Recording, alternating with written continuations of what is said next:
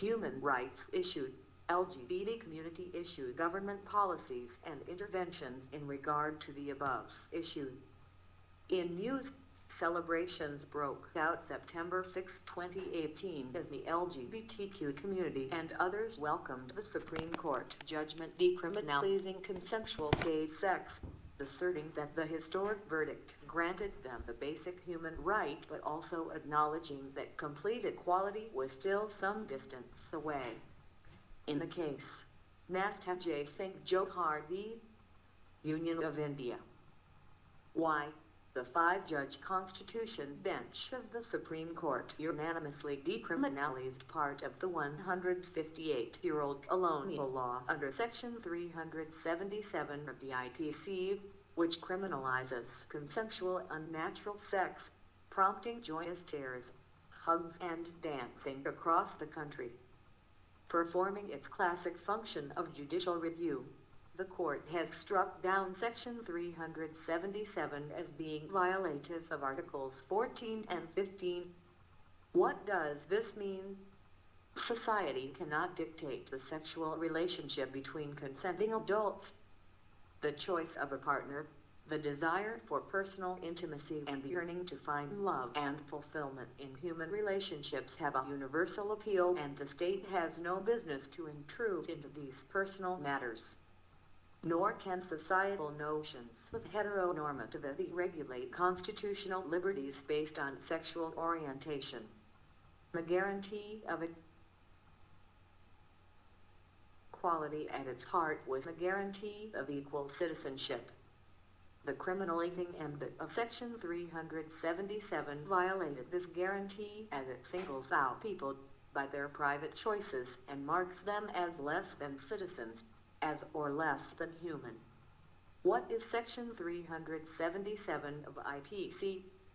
Section 377 of the IPC states, whoever voluntarily has carnal intercourse against the order of nature with any man, woman or animal, shall be punished with 1 imprisonment for life, or with imprisonment of either description for a term which may extend to 10 years, and shall also be liable to fine.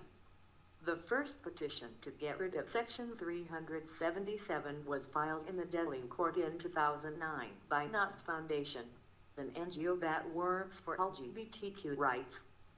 It stated that the section violates the fundamental rights of the LGBTQ community. Section 377 has a chilling effect on the right to equality, liberty, life, dignity and non-discrimination on the ground of sex.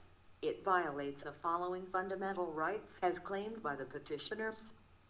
Article 14, right to equality. Article 15, prohibition of discrimination. Article 21, right to life and personal liberty. Article 19, 1A, freedom of expression. The way forward. Transformative constitutionalism. Indian Constitution ought to adapt and transform with the changing needs of the times. The very purpose of constitutionalism is to transform society. Dynamic constitutional interpretation allows for the progressive realization of rights as societies evolve, and is also essential to enable transformative constitutionalism. Decriminalizing homosexuality may not remove the social stigma around it. Law and morality are different issues. Our legislators may frame laws or courts deliver judgments that are ahead of the moral values of a society, but it would be far-fetched to expect that moral values can be changed because of court judgments. Battling the stigma.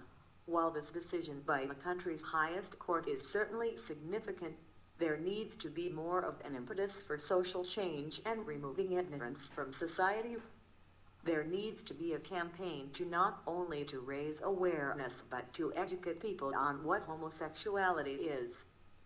The government should conduct programs to end the stigma around homosexuality, and individuals employed with the government should receive workshops to sensitize them to the subject. Rape law reforms for male survivors.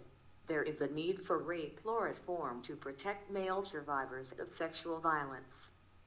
There is no law to protect adult male victims of sexual assault, whether they are cis or transgender.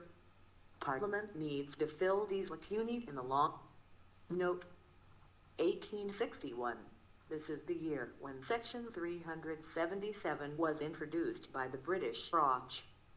The section was drafted in 1838 by Thomas Macaulay and was brought into effect in 1860.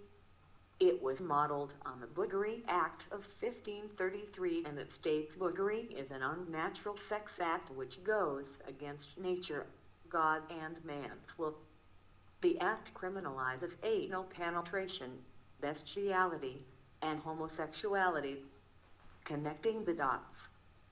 Do you think Section 377 of the IPC is out of sync with the social reality today? What approach would you suggest to address the issue? Discuss.